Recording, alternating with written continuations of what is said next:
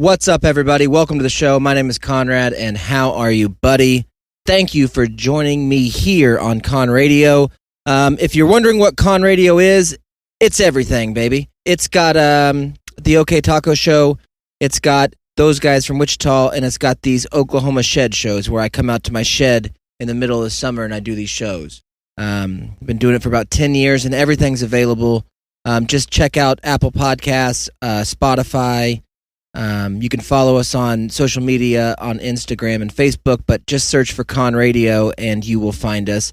If you like watching shows, go over to YouTube and you can watch the show for free on YouTube, and we try to record as much as we can and put it out there, and we're doing our best to try to make it as good as we can for you guys. So thank you guys for joining me. We do have a Patreon, where we have some bonus stuff on there, some shows that have never been heard unless you pay for the Patreon.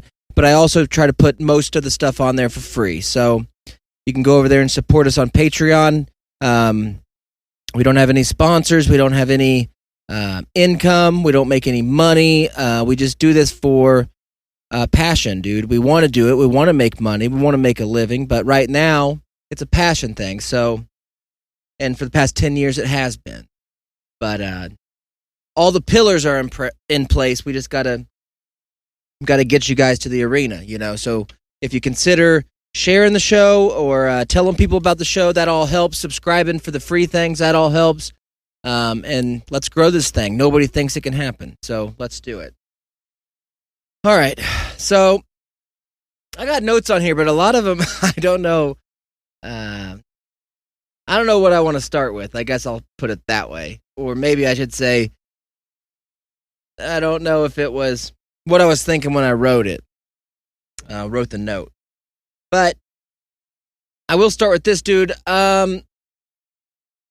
Yesterday, my cousin Shannon and I were in here doing a show, and I was talking to him about why whips, like the Indiana Jones whip, what happened to that as a weapon? What have we done to, what have we done in society to stop focusing on the whip, and when did it start, and who started it, and why, and I get all those questions, and I could ask the internet, I could get on the internet and ask those questions, but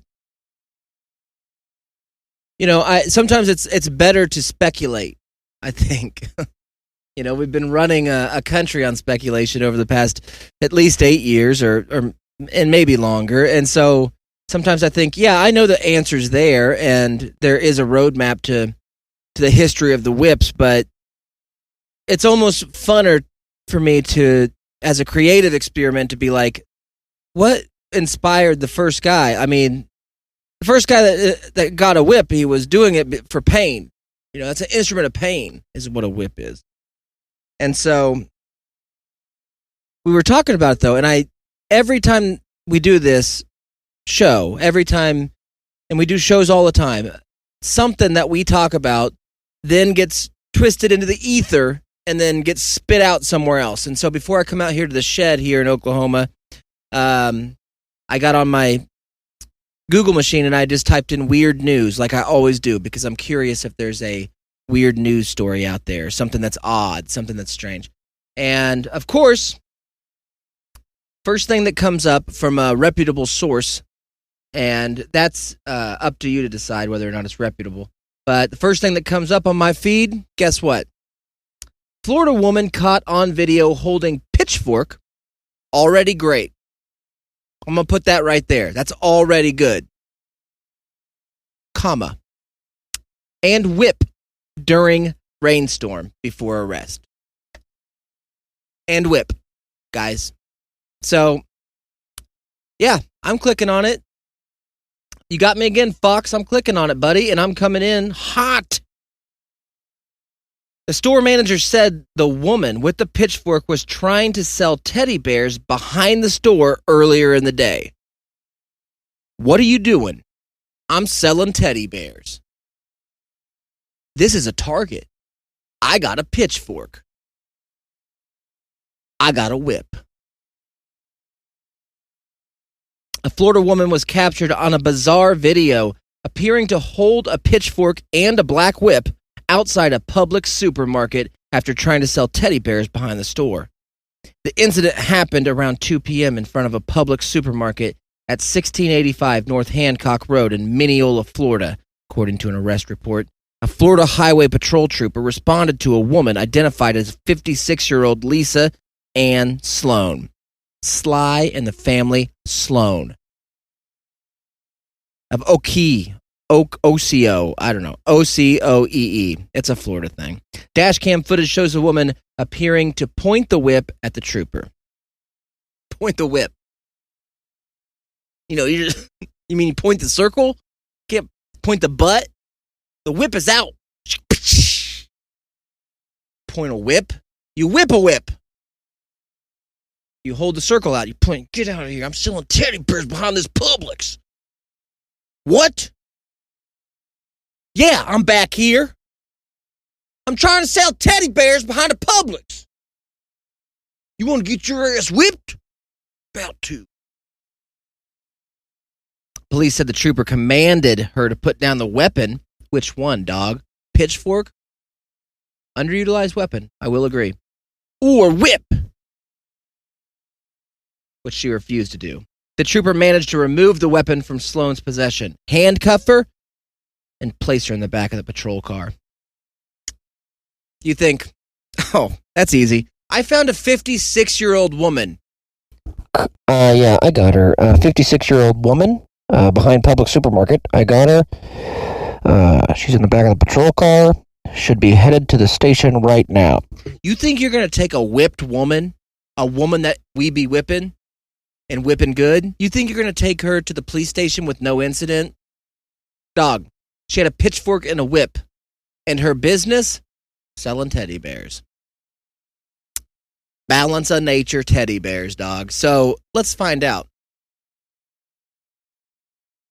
Sloan began kicking at the rear right window while they were waiting for EMS. The arrest report said another trooper who arrived on the scene assisted the first trooper with placing Sloan's feet into a hobble. Get the hobble? We got a whippy. We got a whippy woman out here. Get the hobble, baby. What are we? Did you vote, guys? Or have we voted? Because guess what? Did we? What did we vote for? There's a woman in Florida getting a hobble because she's selling teddy bears behind a Publix with a whip and a pitchfork.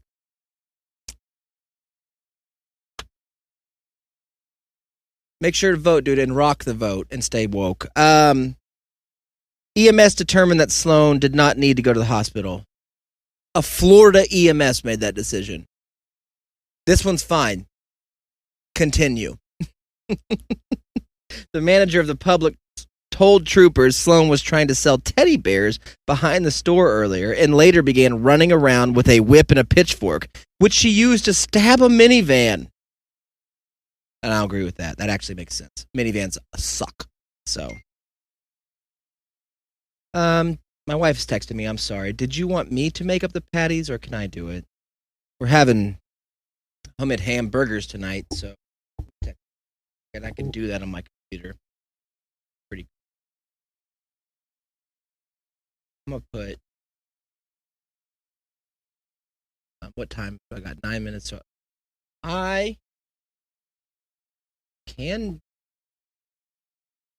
do it. Check this out, babe.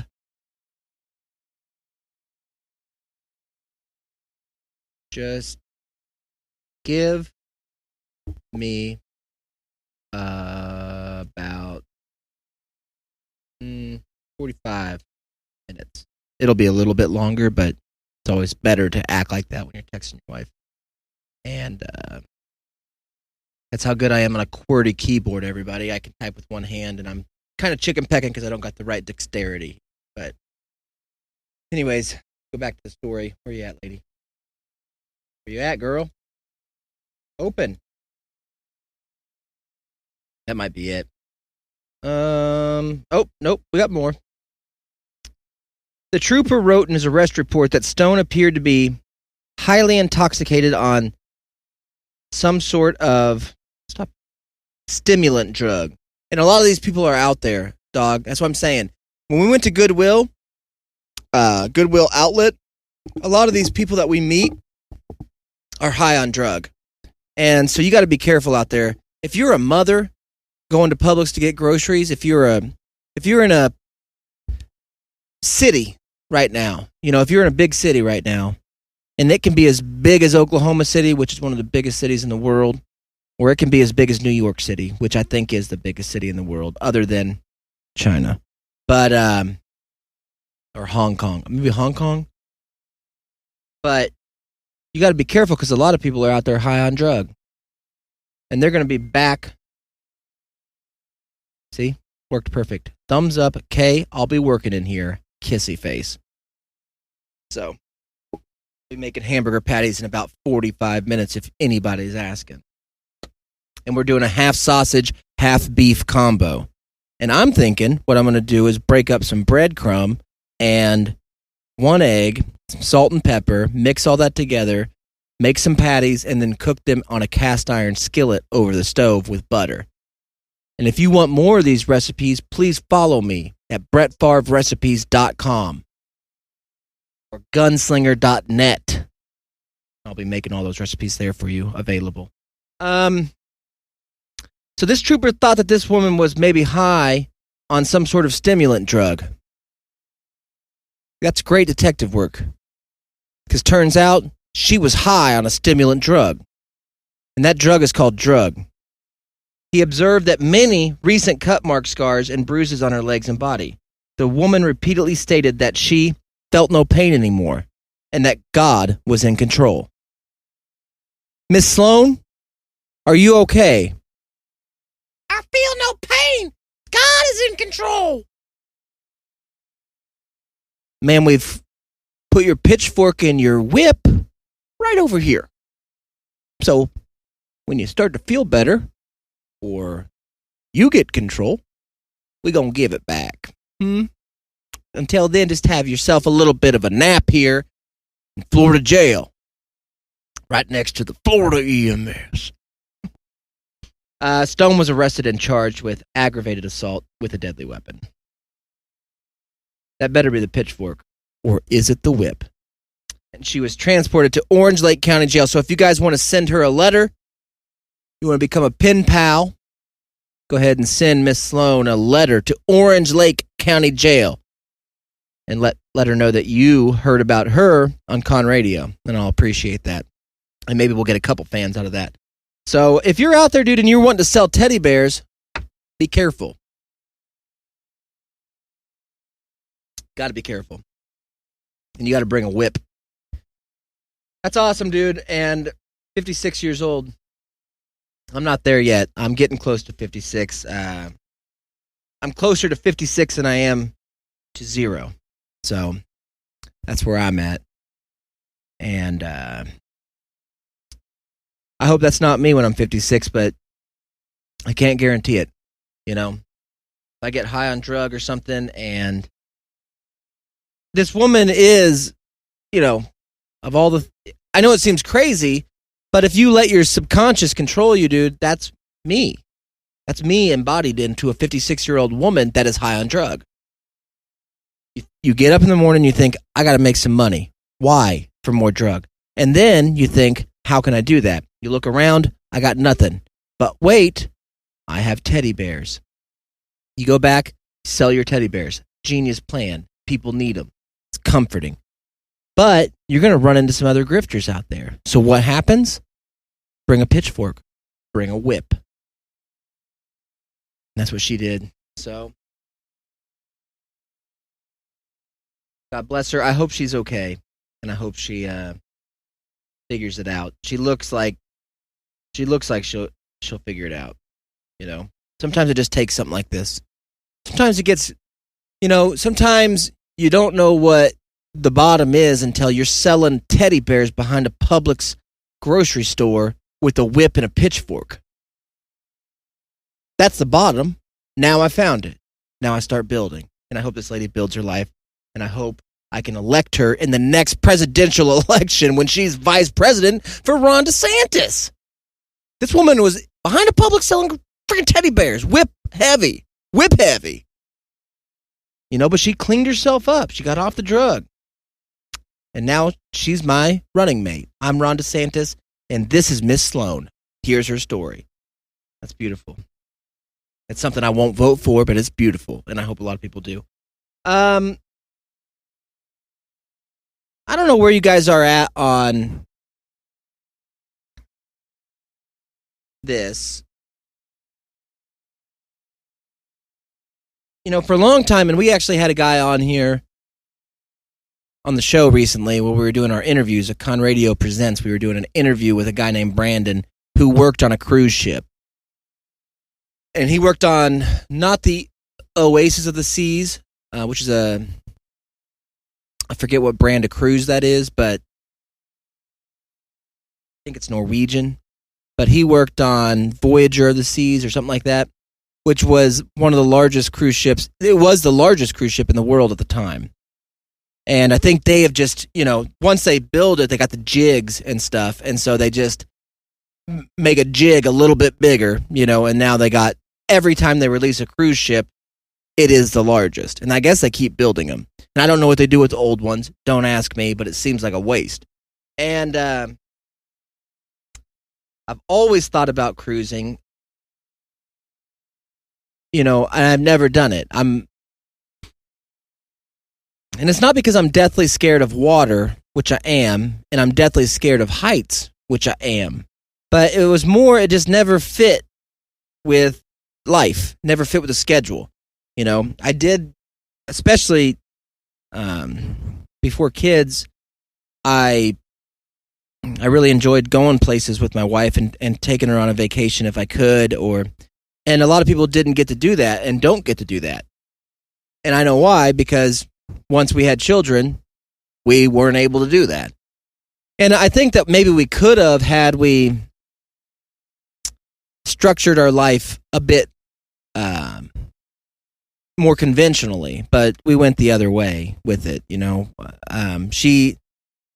We stuck ourselves into jobs that were traditional, but then also added other stuff, other responsibilities with our creative sides, and which kind of eliminated the possibilities for a break, And I never really liked them anyways, except for the story, anytime I went on a vacation. So over the past few years, though, I'll at least try to get away a couple times a year with the family just to have something to talk about. Because you go to a different place, you see different things. You might see a woman behind a grocery store selling teddy bears with a whip.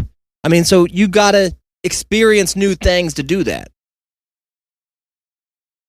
So, but a cruise ship I've always wanted to do, and I guess something that people are doing now is these small-scale cruising is what they're calling it.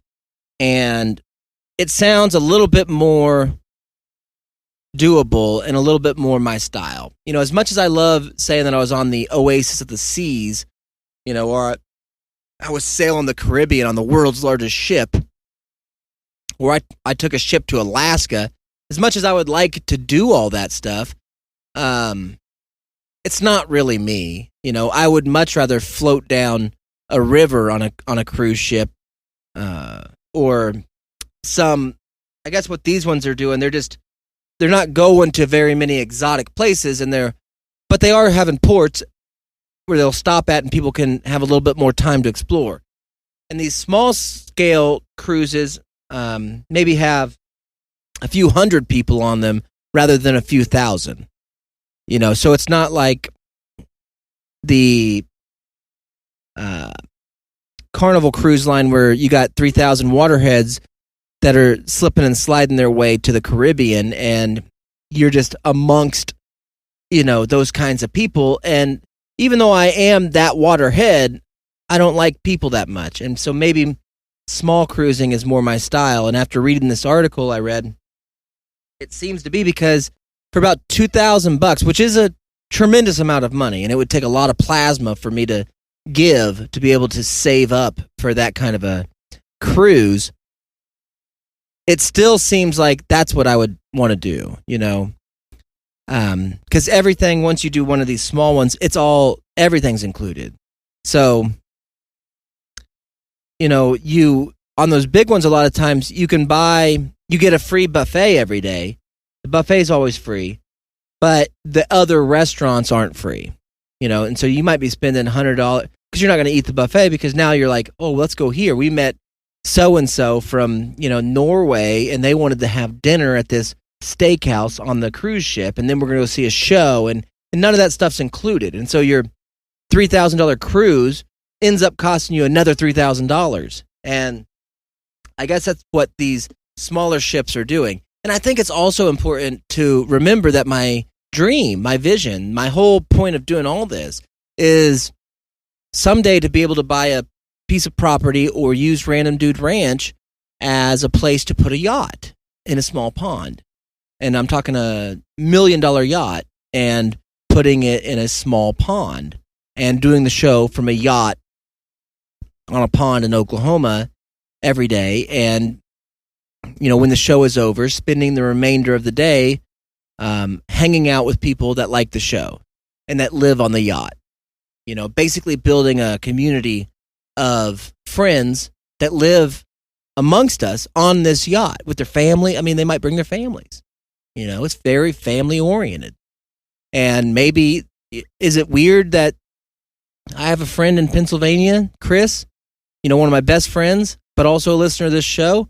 And my dream is to be able to buy this yacht, move him and his wife down here, and every day after the show, which he can enjoy in front of us or be a part of, is to hit golf balls off the bow of this yacht into the fields of Random Dude.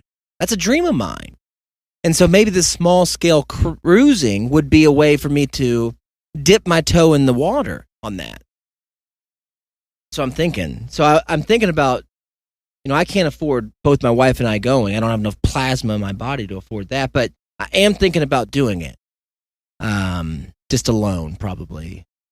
And I don't know. I don't know if there's a way to maybe get them to, if you're out there and you own a small cruise ship, small-scale cruise ship, a miniature cruise ship, and you want to have somebody talk about it on their podcast, maybe reach out to me.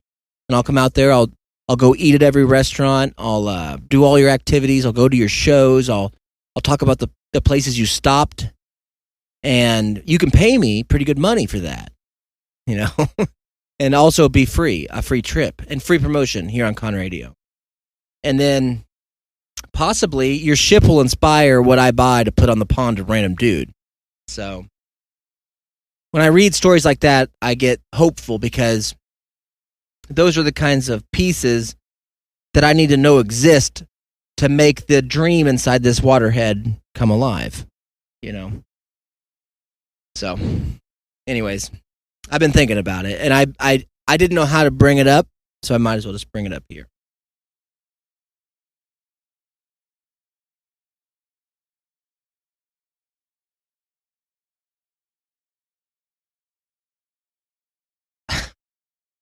One of the other things that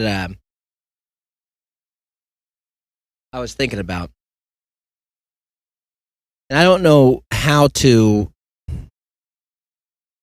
phrase this, and I'll probably bring it up on Friday with the guys when I do those guys from Wichita.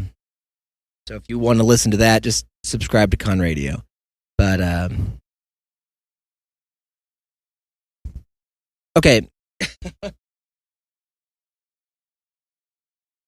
Here's the thing.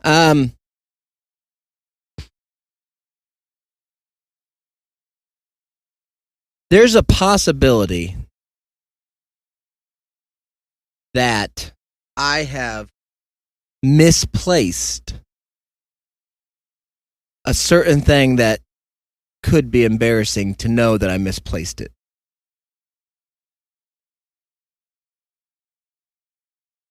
And what I mean is,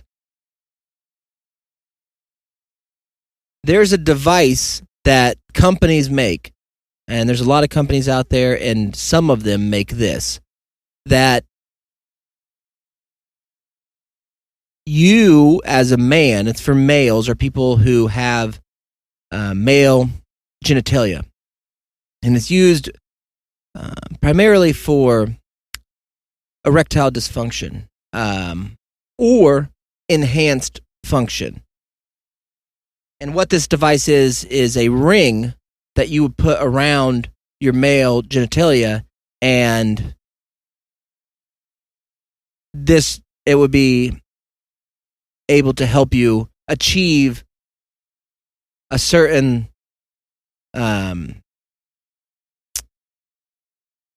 it would help you achieve a certain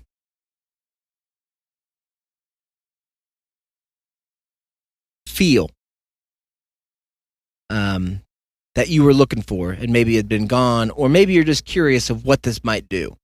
And like in my case, I don't necessarily need any of these assisting things, but sometimes it's fun because sometimes you feel like you're left out. Like, there's a box full of goodies for the ladies in the closet, and there's no box full of goodies for the guys. How about a little bit of guy goodies? And so there's not much out there for men. And unless it's like you got to be a real creep to be, which nothing wrong with that, but you got to be a real creep to be into the flashlights that are actually women genitalia inside that flashlight. Those exist, or a rubber person. You can buy a rubber person right now and pretend it's a girl and do your worst with it, and that's pretty creepy, to be honest with you. But at the same time, whatever, it's fine.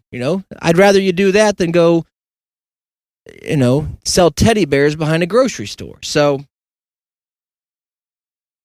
but the issue is this.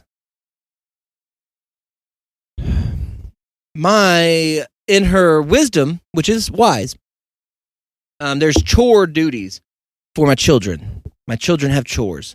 My son is 9 and my daughter's 7, and they're old enough to do stuff. They're not just little leeches that just take. They can actually contribute. And it teaches them some lessons, and it gives them a little bit of responsibility, and maybe even give them a little allowance for helping out, or all that stuff that you do as a parent. But one of the responsibilities is you got to fold and put away laundry. Well, I noticed that this trend was happening, and I realized that my ring could maybe be found if one of these children are doing laundry and putting folded clothes into my drawers. I folded my drawers and then putting my drawers in my drawers, they might find this ring. And here's the thing, though. Odds are they wouldn't know what it is. They wouldn't know what it is. And you could lie about it. And until they're older, and if they remembered, they may never know. They would just say, "Oh, remember that time that I found that cord ring that you wrap cell phone cords around that keeps them organized?" Or, "Oh, do you remember that time I found..." They won't even remember it because you could make the lie about what it is so benign that you wouldn't even, at the age of 9, you wouldn't remember. Unless, and here's the catch. And here's the problem. Here's the problem.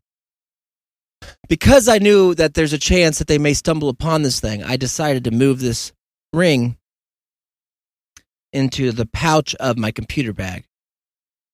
I know what you're thinking. Why there? Right. The answer is right. And then over the past few weeks, I haven't had any assistance from this ring at all. It's not pulled its weight at all, and it doesn't weigh much, but it hasn't done nothing for me because I've not used it. But then I realized I don't think I know where it's at. And then I realized all the places that I have been and all of the places that I have reached into my computer bag late at night when it's dark to grab my computer or to grab a charger or to grab a notebook or whatever I keep in there. And at one of those motions, it could very easily knock this ring out of that bag. And it's late enough that you may not even notice that it's gone. And so there's a chance that it is in a number of locations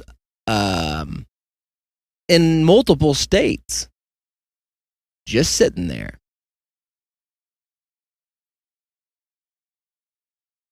And what's crazy about that is the only way you'll ever be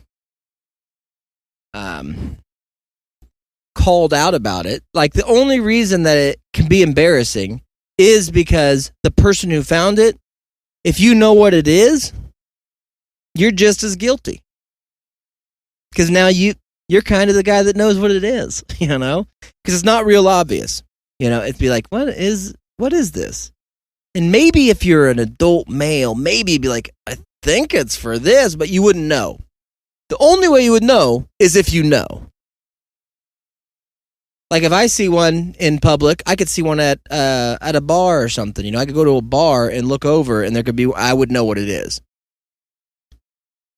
So I guess what I'm saying is I lost my cock ring, and I don't know where it is. And part of me is embarrassed about that, but part of me is like, I don't know if anybody ever say anything, because what can you say? That means that you know what it is. That means you're just as guilty there, bucko. Not of losing one. You probably kept yours in a safe or IRA or whatever that is. So you probably kept yours there. Mine's floating around out there, bud, and I'd like to find it. Be reacquainted with it. It's fun. Don't use it very often. Pretty uncomfortable, to be honest with you, but it's kind of fun to have that around, or at least not feel like it's lost. I think that's the part that's not as fun, is to feel like it ain't here and it exists. So that's out there. I don't know. I'll be fine with whatever, but would prefer not to have that conversation with an in-law or a parent that's like, hey, this your cock ring? Yeah. Glad you found it. That kind of. Thought I left it behind a grocery store. I'd prefer not to have that happen. So if you find it, dude, if you're out there, be discreet and send it my way. If you found it in between on the corridor, I-35, between Oklahoma and Kansas, let me know. Because it's floating around out there. And I do think it floats. It's made of rubber or silicone or something. Magic rubber. So, let me know. A lot of times I think that's all people really need is a cock ring on their life, dude. I get all, do I get, and you know it, I've done it here. I've let you guys know how I feel about everything and what gets my blood boiling and what makes me mad and, the struggles of all life, just life. But I don't know. I think a lot of that is just, it is so hard to just enjoy the moment, man. And that is what I'm trying. And since the last solo show, when I kind of laid out what was going on with, I don't know what I'm doing, I've been trying to do is just be like, I got these things to do today. And I think sometimes I feel like I'm not doing anything. Sometimes that happens. Especially when I'm doing these shows. If I'm interviewing these people, it's not that I don't even look at it as doing anything. It's not, on the other show I was talking about, am I doing the right thing?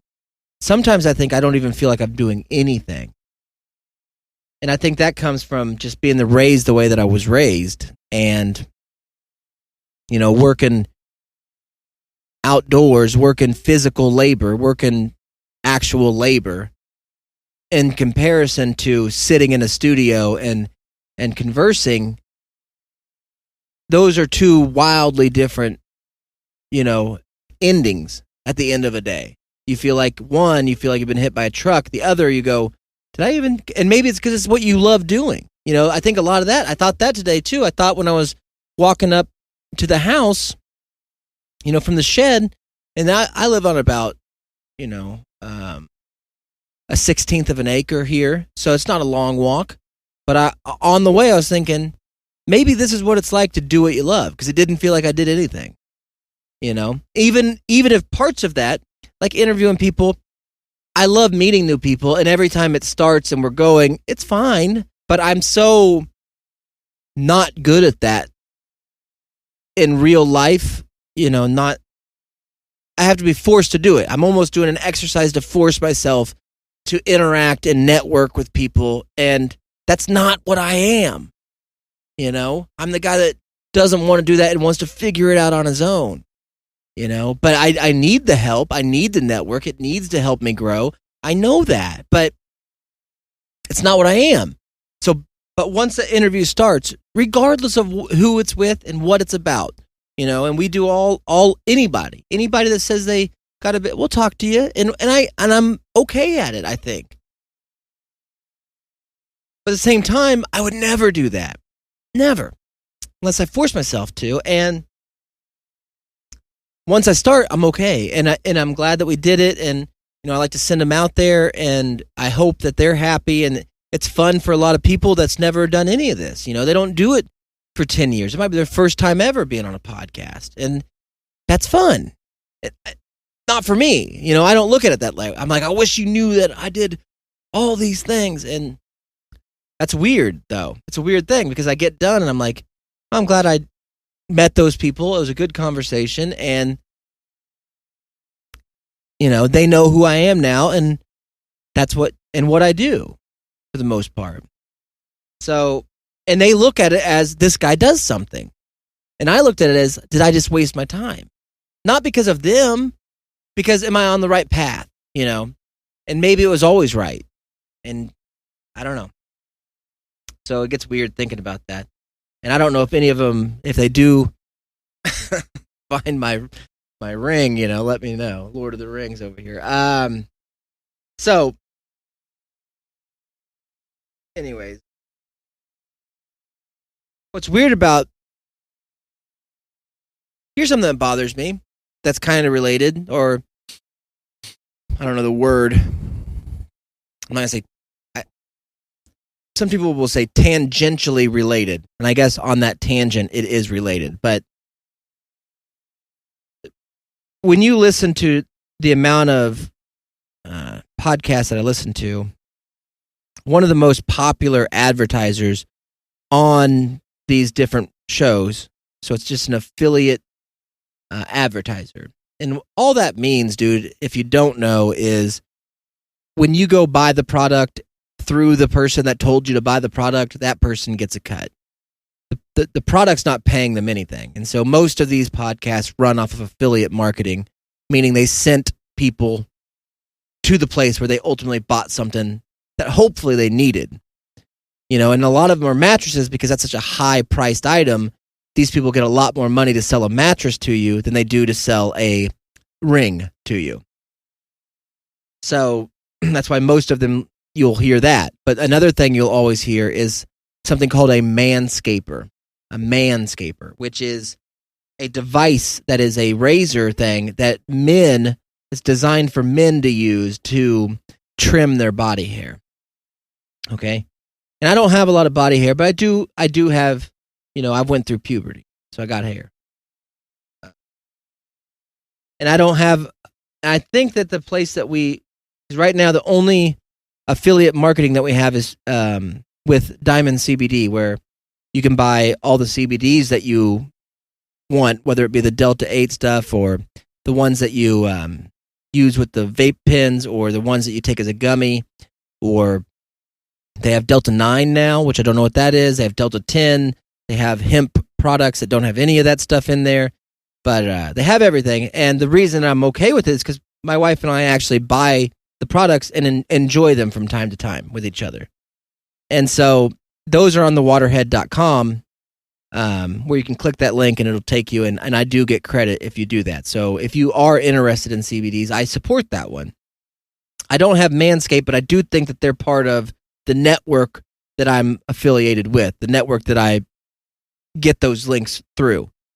And I should look into that, but maybe.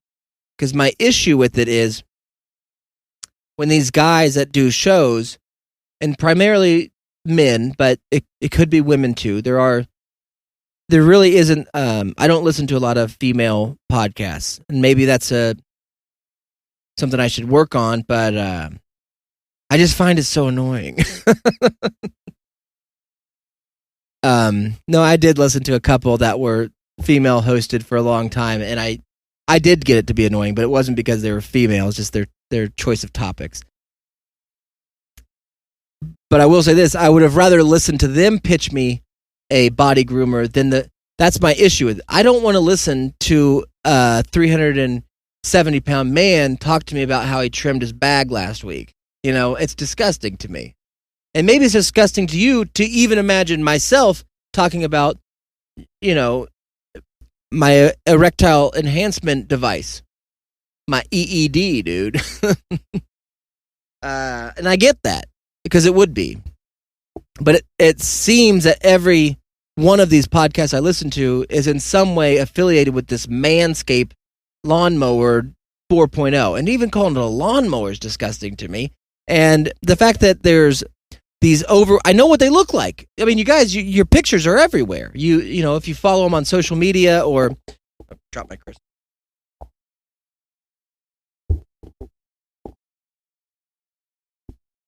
You follow them on social media or you listen to their show and go to their website or whatever and see pictures of these people, you realize, do you want to imagine this guy using this device?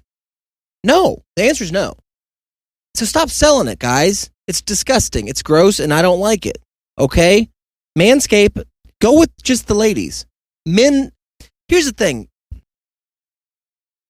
A lot of the argument is if I don't know. I think that I don't know if women care about that much.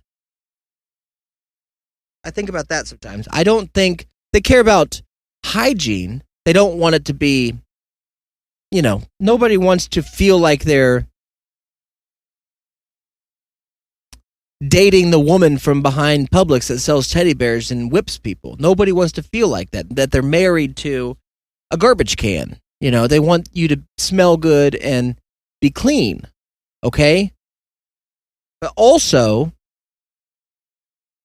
I don't think they actually really care that much about the, you know, whatever kind of forest God gave you, dude. If he gave you the redwood forest or he gave you just a little bit, dude. Maybe you have one of those naturally, you know, you go to some places, your yard just won't grow. That's like bodies, dude. Sometimes the yard just doesn't grow. And I think that if you're with the right person, whether you're dating them or you're married to them, none of that stuff really matters that much at all, if at all. It can be fun. It can be different and all that stuff, but it's not it's not like I'll never get near you as long as you have that. And maybe it is. Maybe it is for those that identify as something else, dude. And right now I'm identifying it as male. And I go by he, him, and I wear a blue shirt today. And stay woke. And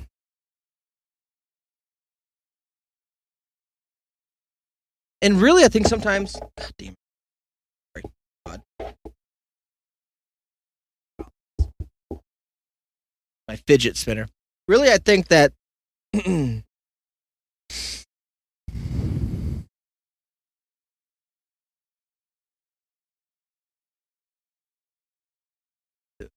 what is the point, if you're a man, of showing it all? You know, if you got every man, you guys are huge. You guys are chafing. You guys look like utter shit down there. I'm going to be honest. You guys look like utter shit. It's going to be chafed and sore and nasty and scabby and just not good, you know? And scaly. Scaly, guys. That's the only place you go to scales is at a groin area. You'll scale up down there. Okay? When you got a Forrest Gump protecting your spouse or your girlfriend or your boyfriend from looking at that situation, leave the forest. You burn the forest down, guess what, buddy? You find out what's really there. And that's a damn Gila monster skin. That's a scaly skin. Look like a frickin' Geico lizard down there. What is this dry scale stuff? I never noticed it before. Yeah, because I had a forest hiding it. Now you see it, you know? It's like, what's so strange is, here's what we're doing. We're doing, if you're, fat guys keep their beards, they keep a facial hair because, you know, it's right down here, the freaking turkey neck, gobble, gobble. And so they keep this beard to hide their fat faces and to hide their fat chins. And then, because they're big, they shave their wiener because that makes it look bigger. And really, it doesn't make it look any... now you've... At least when you had the hair, you could be like, well, it's way bigger if I didn't have the hair. Take the hair away, guess what? You don't have an excuse. The only excuse is the only way this can be bigger is if I lose weight. So it's weird that a bunch of bearded men have bald eagles down there. Cut it out. The only reason you should shave below the waist as a male is if you're willing to shave above the neck. And I'm talking about your top penis, your head. Shave your freaking shoulder penis, guys. If you're not willing to do that, then you can't shave your groin penis. Okay? Because it's deceptive as hell. You're showing off like, I'm not as big. I'm not an old fatty. I'm not a. And then you pull your pants down. It's like, look how big I am. You ain't big, buddy. Not really. You maybe gained yourself 1/8 of an inch, you know? If that. And guess what? Women, by the way, they've seen bigger, okay? No matter what. Imagine who you are and what you got. Even if you're guess what? They've seen bigger. They're girls too. I mean, they grew up, they hit puberty too. They weren't with you, they weren't dating you, and they had the internet too. So they seen bigger. So don't shave it. Keep the mystery, is what I'm saying. Keep a mystery down there. And if you are going to shave it, be willing to shave your face. And if you can't do that, then you can't shave down there. And I'm running for office pretty soon, so that's my campaign on that. I did have one more. Actually, I had a couple stories, but I don't know which one I want to give you. I had I'll do this one, even though it's a little bit longer.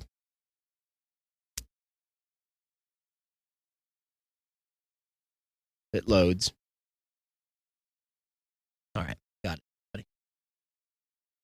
Let's see. That's not the story. Damn it. Copied the wrong. Well, I'll tell you what little I know about it. Former astronaut Buzz Aldrin. You guys all know him and love him. He made, I guess, about $8 million selling his merch. And I'm not talking about that he designed. I'm talking about the merch that he got when he got back from space. So his, space dust that he reached down and grabbed when he was supposedly on the moon, and his spacesuit and his space helmet and all the shit that they designed just for Buzz Aldrin, he got $8 million because of some sort of law that Congress passed allowing space travelers to sell their stuff and profit from it. So this government subsidized organization, or completely government funded organization that spent all this money on designing this kind of stuff in order for astronauts to supposedly go explore outer space. When they got back, astronauts like, yo, can I keep this suit? It's pretty dope. And they're like, sure, we can't put it on anybody else. It's designed for you. And then they allowed them to then sell it. That ain't cool. That ain't cool. Because we bought it. And all you did was pretend to go to space. Buzz? I mean, put that in any other field. Put that in a field like in NASCAR, okay? where, hey, Tom Cruise, I'm going to design, build, and repair and coach you on what to do in this NASCAR. All right. And then you get in the NASCAR and you drive it. But guess what? You're not really racing. It's called Days of Thunder, and it's a movie set, and none of this stuff is real. And then you get done with the movie, and then they give you the car, and then you sell it for $8 million. That's what Buzz Aldrin did. He didn't buy the space stuff. He didn't go to space. He went to Arizona, okay? He went to New Mexico. And when he was there, he wandered around at night and hopped around in some sort of simulation. And then he got back, and all the money that the government spent to make this happen, he said, "Can I have it?" And they said, "Yeah, you are our Days of Thunder astronaut. You can have it." And he really thinks that he went. Could you imagine? Really? He went to space? What happened? Well, we planted a flag. Why? It's space, not America. Yeah, but we showed we could do it. Why? For what? You didn't. Buzz, you went to New Mexico. Okay? Nothing was real. You think in 1970, have you seen people in the 70s? They played a game called Pong in the 70s and thought it was entertaining. You know what Pong is? It is a dot that you hit with a paddle on a TV. Not even a paddle, a line. You hit a dot with a line, and that dot bounces back towards another line. And then that line hits the dot and bounces it back towards you. That's 1970 through 1984. That's what they did. And then in there, 1969, even before Pong, what happened? We went to space? Okay. Yeah, we went to space. Yeah, okay. Sure. And when we got there, the only thing we did, take a couple steps and plant a flag. But when I get back, guess what? Millionaire. Why? I'm going to sell the spacesuit because nobody else has been there. You weren't there, bucko. You weren't there. You didn't go to space. And yet, the lie is real. We're all there. We're all believing it. You got a bunch of freaking Russians rolling around in New Mexico right now thinking they're on the space station, not knowing if they can come home because nobody likes them anymore because they're at war with the Ukraine.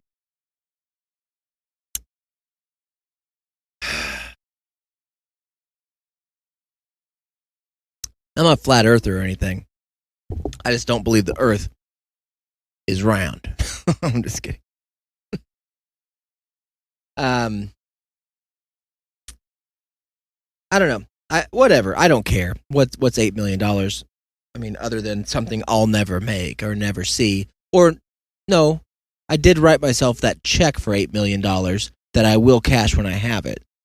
So, but I'm going to earn it my own way. I'm going to earn it by doing a podcast. I'm going to earn it by talking to you guys. I'm not going to earn it by fake going to space and selling my fake spacesuit to some sort of waterhead on eBay. Okay? I'm not going to donate my fake spacesuit to Goodwill and have them throw it to the Goodwill outlet to have some mongoloid dig through it in a bin and put it on eBay and then make $8 million. I'm not doing that, okay? I'm going to sit here and do the show. The show is why I'll make $8 million. Buzz Aldrin's show was pretending to go to space. And he fooled us all, you suckers. Frozen pizza. Have you seen the shit they eat in space? And said that they survived? You're wrong. But anyways, thanks for listening, everybody. I gotta go cook some hamburgers. We'll figure it out. If you find my ring, let me know. And keep subscribing, keep sharing, keep growing the show. I'm going to keep doing it, and I'll figure it out. We'll figure it out together. And, if you want to help support the show, you can help us on Patreon. Every little bit helps. And with that being said, have an okay day, and don't let your meat loaf.